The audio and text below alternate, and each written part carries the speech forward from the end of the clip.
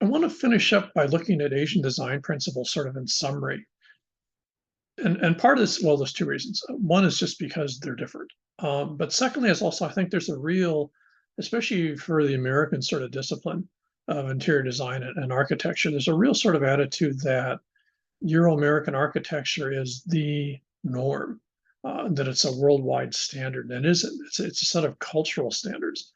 And when you look at Asian design, if nothing else, it tends to sort of reiterate the fact that there's a whole mess of different ways of looking at the world, interacting with the world, and there's nothing that makes the American or European one like the de facto norm. That's just it's a social collective decision, and in many ways it's very ethnocentric. So I want to look at it from that standpoint. Also, just as a note, if you notice, I didn't have this for the Hawaiian. I think Hawaiian design, at least in my view, is so driven by place. It's so driven by family and relationships with both, dead or if you would non-living and living family, and also just sort of sort of explicit power in the chiefs in the later period, that you don't really have sort of like persistent design principles to the same extent. There are standards, and there certainly are. If there's some sort of design norms. The lanai, for example, the importance of the lanai is one. The idea of clustering of houses is another one. But there really wasn't a sort of standardized section. I think in part that's because Hawaiian design was driven largely by family and pragmatic needs. And so, by contrast, Asian design is driven by a whole intellectual engine, if you want to call it that. Status, the idea of education, sophistication, feng shui. There's a whole set of things that drive Asian design. In fact, you could argue that Asian design had architects and architectural planning at least as early, if not earlier, than the Romans did. So there's a whole separate, long sort of intellectual, aesthetic, historical theme that goes through Asian design that you see then played off in different venues, Japan, Korea, China. So I want to go through these. I'm also going to go back and show a few images of both sort of what you might call more traditional designs, but also modern ones, to sort of give you an idea of how this plays out when you're not sort of grounded in sort of Euro-American concept of what design should be, and also urban planning, of course. First off, and again, a lot of this is going to be repetitive, and that's sort of intentional, is the idea that you're striving towards balance. You don't want maximum, you don't want most, you want balance. And this is true in every aspect of Asian, existence, as we mentioned, whether it's food, whether it's just personal attitude, goals. And so architecture and interior design in Asia is very much concerned about this whole idea of balance. It's grounded in Taoism in some ways, but it's also just a principle you find throughout Asia that really isn't religious, though it is belief-based. The idea of natural functional space in the sense of building social functional space. If you want to think of this in contrast, think of that video you guys saw on malls. That's so quintessentially Euro-American, especially American idea that you build space to manipulate people. Now they do that in Asia. Palaces, especially Chinese palaces like the Forbidden City, are a good example of that. Some large Japanese temple complexes would be examples of sort of manipulated space. But it embedded within that is going to be a real need most of the time to have natural functional space. So the idea that nature and being part of nature means that you've got to include nature in your design principles is an intrinsic part of Asian design. So let's take a look at that. This is entrance into Pontocho. This is a street district. I don't know what you want to call it. It's just sort of a street and a half in Kyoto, along the river, across from anyways. And so this is one of the most famous sort of artistically surviving streets in probably in all of Japan. It's see a gazillion tourists down there always taking pictures of everything. The key part to note here is one, it's very, very pretty. We were very lucky and actually got there, I don't know, 5 or 6 years during the cherry blossom, which was a shocker. But if you notice here is the lack of color, in the sense that the buildings are very, very natural wood. There's some color. You've got the tiles and such like that, but there's a tremendous emphasis on what you might call sort of natural textures. And again, remember I mentioned before this idea that texture and color and your different, senses aren't really seen as being separate. And you also have this idea of fluid versus solid. So you have your walking area here. You have various human structures, but then embedded in that, you've also got the stream coming down here that goes into the river. You've got your natural wood for the buildings. And this particular street, Ponto Cho, is about, the buildings are probably, most of them are probably about maybe 100 years old, but the street itself goes back at least 700 years. And there's a couple of buildings that are about 300 years old in it. And nothing's really changed. You see some new buildings going up, but the new buildings that go up are designed to fit into this aesthetic. So this idea that you incorporate and embed nature in what's an urban setting. I mean, nothing about this is natural. This area would probably maybe 1,000 years ago was probably rice fields. So it's been completely modified by people into a part of an urban environment and has for centuries. But nonetheless, what you do is you incorporate large amounts of natural objects to sort of make a very, I'm not sure if subtle is the word for it, but certainly to make it very clear that nature is a part of the world that you live in.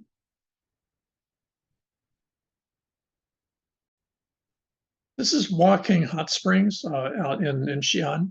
This is probably one of the most famous legendary sites in sort of Chinese imperial history for a whole mess of stuff. You have to go Google it. It's part of the Asian class. But what you've got here is a real striking example of Chinese imperial design. Now, this place was actually completely trashed about 400 years ago and then rebuilt about 200 years ago. But the original, they actually went back to the original drawings and such they had. So they basically reconstructed it pretty accurately. The walking hot springs in these particular structures would be, if they were still original, these are from the Tang Dynasty. So this is about 700 AD, or about what, 1400 years ago. And this was a spa, I suppose you'd call it, a hot springs, a ryokan, the Japanese would call it, of the imperial family, specifically the emperor. So this was about as high up the feeding chain as you got in terms of aesthetics and architecture and everything, way above that humble administrator's garden we saw before. And so what you've got here is Chinese imperial design. Now, Chinese, as I mentioned a bunch of times, Chinese design isn't the same as Japanese design. They have very different aesthetic principles. They have very different goals in many ways, but a lot of those same logics still hold sway. And one is the incorporation of nature. And so what you do is again, a lot of Chinese design, you will have a few primary colors, but a lot of Chinese design really doesn't use a lot of color. Tile's almost invariably whatever the fired color is, unless it's Imperial Palace where it's yellow. You're invariably going to have all sorts of trees. So if you notice, there's some illusions look very similar to what we saw with the humble administrator's garden. The use of water, the use of stone, and especially fired brick. Chinese do amazing work in fired brick. And the use of fired brick and stone, which is almost invariably left, they almost never glaze it. It's just actually whatever the fired color is then actually used in very, very complex forms. But notice how you don't do any linearity. Everything's in a interesting sort of, there's curves, there's all sorts of edges to stuff. And that's very, very, very intentional, especially at the imperial level.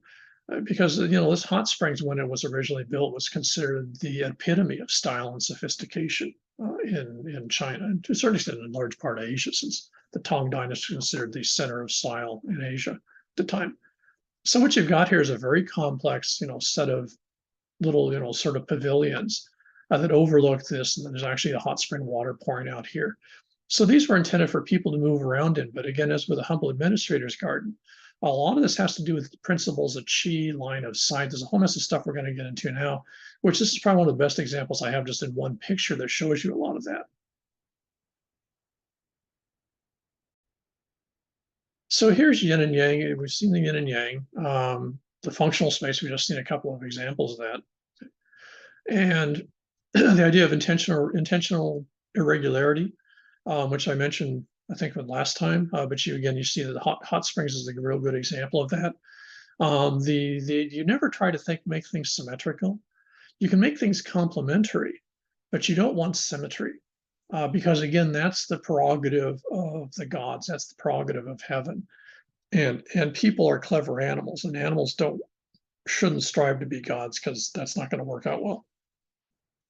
You're not going to have, you don't want a visible hierarchy of space. So unlike say an American landscape, well, think of the American Main Street. You've got your, your business, i.e. your traffic zone, i.e. cars, originally wagons. You've got your buildings very symmetric along the side. You got a pavement along the side. Everything's very rectilinear. Everything's very linear. In fact, if you zoom out from that, you find the American landscape is almost stunningly rectilinear. Americans just love right angles.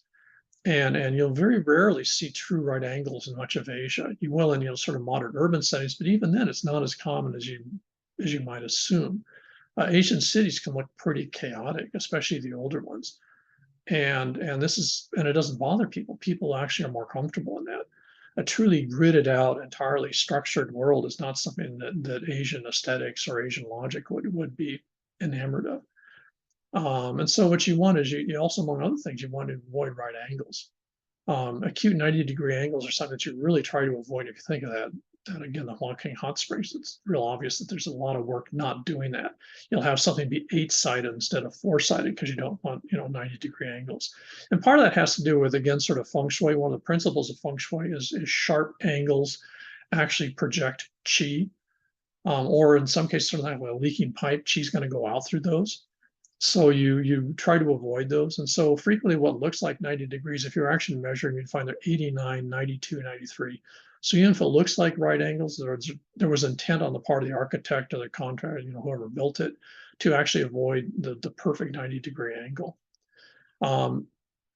Asians love to manipulate lines of sight. Asian design is really, really into visual aspects, especially this idea of visual texturing. So if you remember that the Ponticho picture, so the idea that you actually, and in fact, remember last time I showed you the one going through the wall into the humble administrator's garden.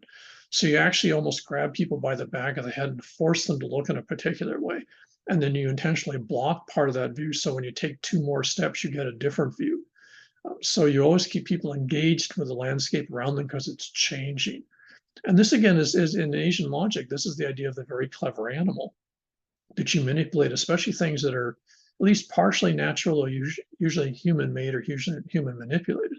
So you put trees in particular places. Yeah, cherry trees exist, but not where you see them. But what you also do is you limit how far you can see. So the idea of again, American Main Street, you could stand in the middle of an American Main Street and look, and if it's someplace in the Midwest, you might be able to see for miles without that changing direction. It just goes absolutely straight. Asians would find that really uncomfortable. That's not Asian design at all. Asian design wants to have limited distance of sight. You want to not be able to see a particularly far distance. You want to have things in the way. So there's a sense of movement, and as you're going through something. A really important part of Asian design is the concept of rhythm. I don't know how to specify this clearly, but let's see if I can find you an example. Okay, here's one of the main, water thoroughfares in Suzhou. Suzhou is oftentimes called, China's Venice, which whatever's. But this is an old street. This is about 500, 600 years old. Again, notice the incredibly sophisticated brickwork, stonework. So this has been around for a long time. It's probably going to be there for a long time. And so this would be sort of a concept. Now, so notice again how you've got a lot of natural here. There's very little attempt to color things. You've got a lot of trees in here, which, from a technical standpoint, especially willows are a good idea because their roots actually hold the soil and the rocks together. So it's actually stabilized. So there's actually engineering reasons to have this stuff here. But notice how also there's this idea of rhythm.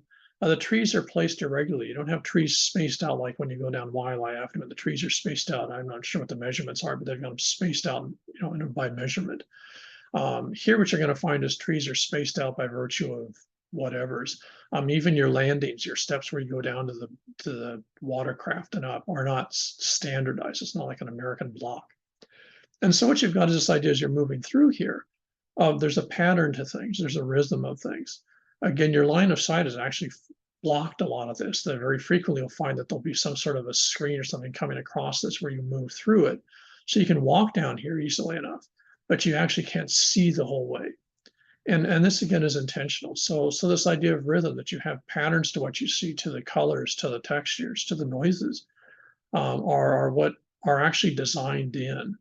So you design all this stuff into a landscape. You design it into an urban environment, and then within the house, you design it within the house. So this idea of rhythm or patterns, with the idea that something's a visual pattern could almost be seen as an audio pattern, is very, very much part of Asian design. Of course, in Asian design, oftentimes water is a hugely important thing because it makes noise. So again, the boats coming through here that use, like their Venetian counterparts use your paddles in the back, they're making noise. The water's sloshing around. And that's important because that again is not only white noise, but it also gives a rhythm to the existence around here. You've got the seasonal existence. So let's take a picture image of that for a sec. Okay, so here's an image from the Imperial Garden in Kyoto, right next to the Imperial Palace. And what you see here is a classic example both of rhythm, but also the idea of the ephemeral nature of existence, which is a huge part of Asian logic. So here you've got this lady, she's showing her kid the blossoms. And the blossoms are only going to be up there for about a week and a half, then they're going to be gone. And the kid doesn't know it now, I'm pretty sure, but very quickly the kid will start to realize that these blossoms are only going to be around for a week and a half every year. And then there's going to be another 11 and a half months where they're not around. And the blossoms will all end up in the ground because the flowers have died. They've fallen off of the tree. And the tree will eventually die. The tree will grow, the tree will die. Um, the mom will get old, the kid will get older, the mom will eventually die, the kid will eventually die. The idea that existence is temporary, that things around you are all temporary, is an enormously important part of how Asians view almost everything, especially design. And so, that's why, and one reason why um, much of Asian cuisine, for example, is designed around the idea of what's seasonal, which Europeans do also, but Americans don't. The idea that you seasonally change what you have in certain parts of the house is very typical in most of Asia, or you at least move things around. You see it in some parts of Europe, but not necessarily all the place. But I don't think Americans, except putting up a Christmas tree, I don't think Americans do it much at all. So it's a very different logic in terms of take another view of sort of the same phenomena. So here you see a guy with his dog. This is the same garden. It's about 15 minutes later, I think you're just walking through it. And what you see here is the other half of the ephemeral nature of it. The guy's very contemplative, obviously. I think in large part, at his age, like he's probably seen his life very much like the cherry trees in the Imperial Garden. That they have this absolute incredible beauty for such a short period of time, but it's very temporary, it's very ephemeral, and life is ephemeral.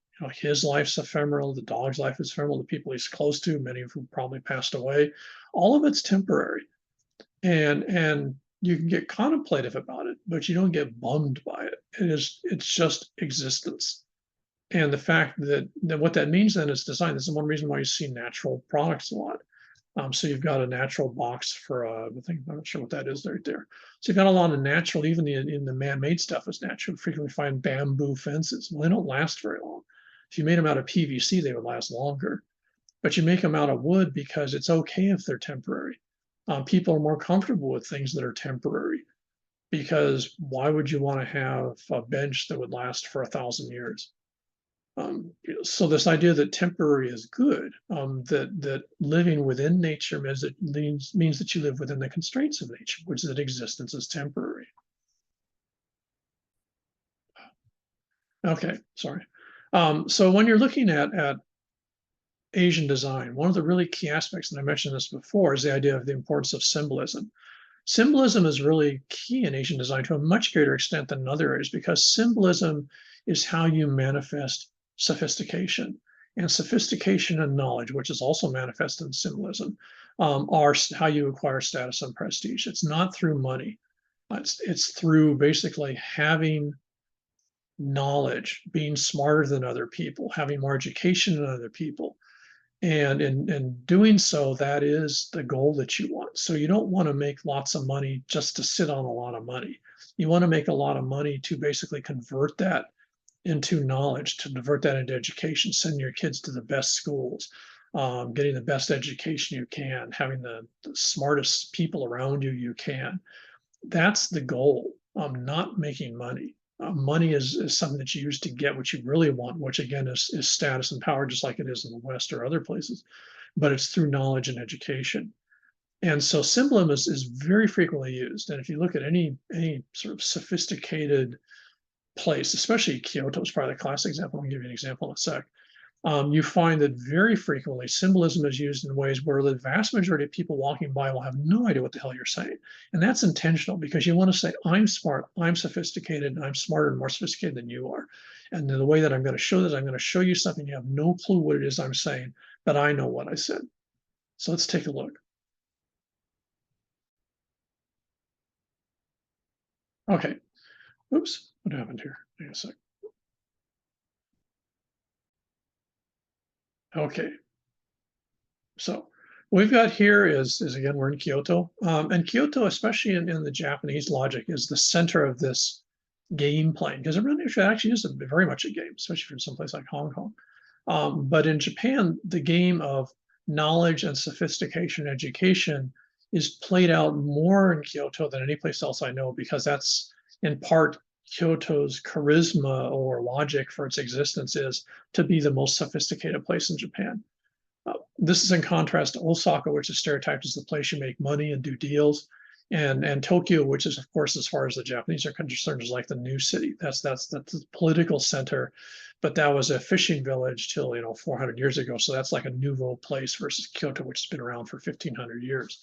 So here's a classic example. This is a little ryokan. This is a little inn/restaurant in Kyoto, right near the Art Academy. So it's the Art Academy, the Art Museum. So it's probably this is like the top of the top at the top. Here what you see is your entrance. Very, very Japanese. Notice the lack of color.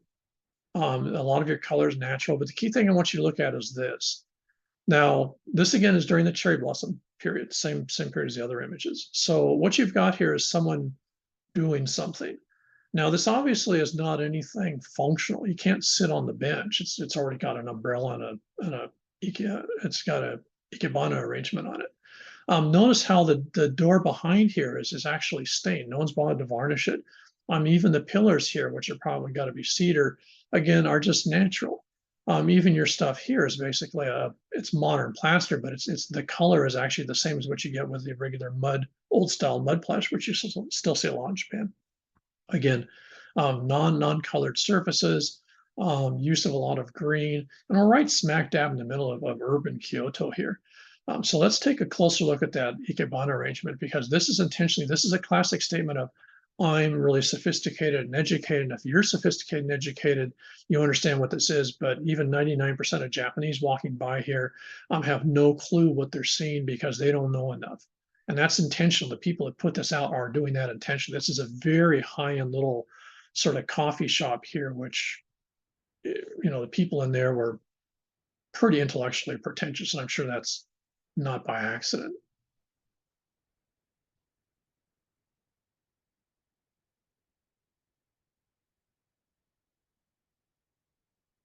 So here's the same arrangement. Now again, notice the interesting complex textures taking place here. The stucco work, marble or granite or whatever that is. Your flooring here, the green from the copper, your roof tiles. But again, here, notice the centerpiece is this, but notice how it's intentionally asymmetric. Notice that, remember I mentioned this before. You want asymmetry in the Asian system. You don't want symmetry. I'm not sure how they've got this umbrella fastened there. It's got to be fastened to the container here. So you've got an umbrella.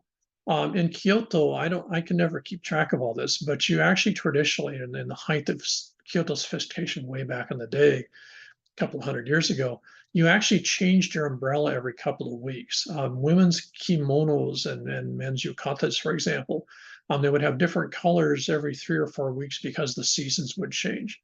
So this is spring, but it's the start of spring. So I suspect this particular color that's sort of a neutral off-white it's not near as bright as what you're going to see in a couple of weeks later. The fact that you've got some cherry blossoms and some, I'm not sure what those are. So you've got this, but notice again the asymmetry. You don't do like an American arrangement where you try to have the centerpiece and things going off to the side, sort of bracketing it, idea of symmetry. Here, the whole thing's askew. The whole thing's asymmetrical. Large burst of color, white, sort of neutral off-white. It's not by accident. It's got a blue cap on it. You get the dark colors down here, and even your stand here is asymmetrical. This whole thing is designed to make a statement about the fact that it's the week and a half period where the cherry blossoms come in. And I'm not sure, I don't know enough of this to know exactly what they were saying. But this is very much what you would see when you go into a tea house, which is what this would have been traditionally. Now it's largely tea and coffee, but this is sort of a tea house type arrangement that would have to it way back in the past. This would have to do with the tea ceremony, the cha ceremony. So this sitting out front here is a real important way that the Japanese are making a statement about the sophistication of people that own this place, the sophistication of people that run it, and also, of course, then also the sophistication of the customers that come into here who are supposed to be able to appreciate what this actually says. Everyone else, all the school kids and everyone else going by headed to work, up yours, you guys. You don't know, you don't need to know, and this shows that you don't know because you're not as whatever as we are.